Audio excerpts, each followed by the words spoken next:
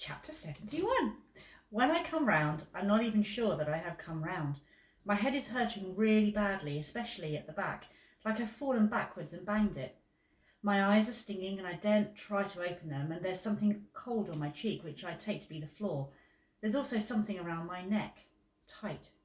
Yet, so far, so good, is the first thing I think.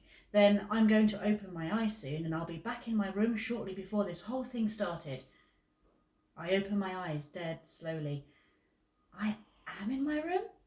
The cord of Alan Shearer's box has twisted round my throat, but I can loosen it, and Alan Shearer is unharmed, which is a relief, but still. I'm in my room. I know I am because I'm staring upwards out of the window. I recognise the tree in next door's garden and the line of the roofs opposite. This is the room I left, with Mum pounding on the door and Grandpa Byron's face in the window as I disappeared. I sit up and rub my eyes and do that thing when you ask yourself if you're in a dream just to make sure you're not in a dream. I am not in a dream. Also, this is not my room. After all, the door's in the same place, the view out of the window is the same, but the bed is along the other wall. There's a different duvet cover on it. The rug is different. There's a poster for a band I've never heard of on the wall. So whose room is this? From downstairs comes the sound of a television, and from the next room the sound of a shower. Removing my feet from the zinc buckets and standing up, I go to the window. Oh my God, I mumble to myself, this is my room. Outside is the little back garden I look at every morning, the house next door. Everything is as it looked from its last position. I look round the room again just to check, and at first I think Carly must have moved into my room while I was away in 1984. But I set the return time to exactly when I left. By rights, Mum should be thumping on the bedroom door, Steve shouting at me, Grandpa Byron's mouth forming an astonished "oh." Then the bedroom door opens and in walks Carly in a dressing gown, towel in her hair, and she doesn't see me at first. "Hi, Carly," I say. That's when she does see me. Her eyes widen and she emits a shriek, a long scream of absolute terror. "Hey, it's okay, Carly, what's up with you?" I ask. Who are you? Get out, get out! Take what you want. Take it, just go!"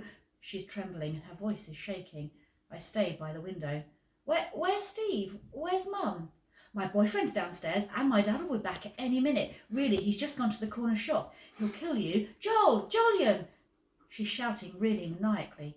"Carly, stop it. Why are you being..."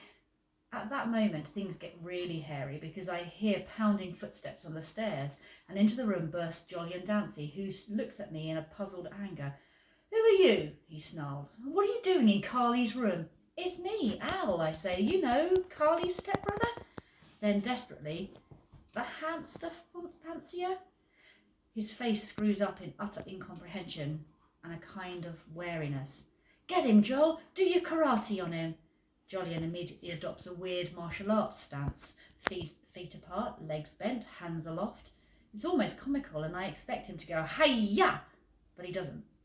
He just stands there with a tough expression on his face, and that's how we stay for the next few seconds until Carly says, "Well, go on then, Joel. Get him."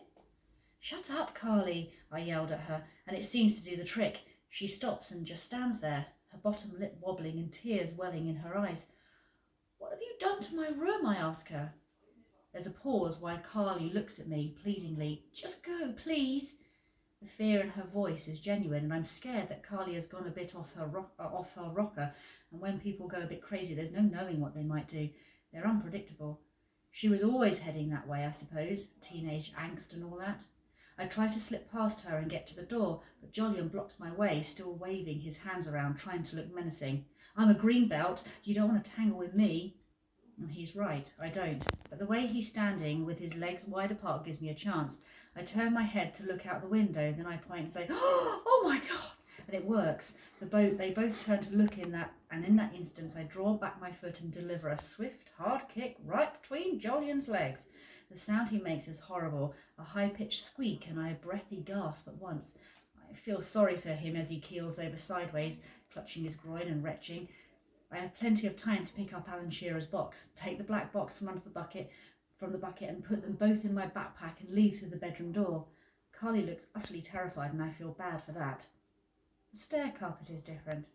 It's the same one as when me and Mum moved in, then it got changed. I crane my head to see if Mum's watching telly, but she isn't, and I guess she'd have heard the commotion. It's the same house all right, but so many things are slightly different. Not just the stair carpet. Things are arranged differently. The picture of Mum in the frame on the hall table isn't there, and the coats on the rack are different. Halfway down the street I see Steve coming towards me carrying a bag of groceries.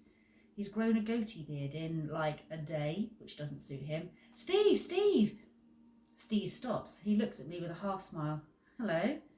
I stand in front of him and take on the same half smile and say sort of conspiratorially, Steve, I think Carly's going a bit, I don't know, cuckoo? Steve squints at me quizzically. What? Carly, she just screamed at me to get out of the house. Steve shakes his head. Sorry, son, but, who are you? I gave you a little sigh. Steve, man, come on, I've had a mad time lately and I don't want to do this.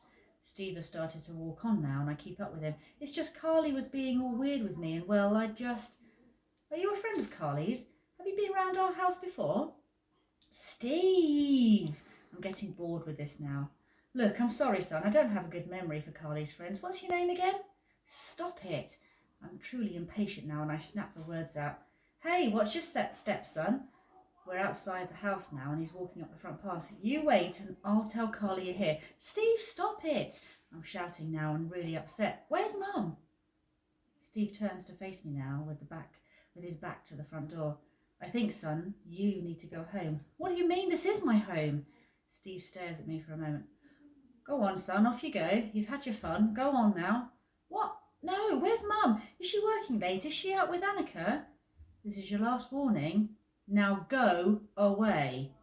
He's not shouting, but his voice is menacing, and when he turns to let himself in the door, I'm left standing in the middle of the path, blinking hard and gulping and holding a box with a hamster in it. We'll do next chapter tomorrow.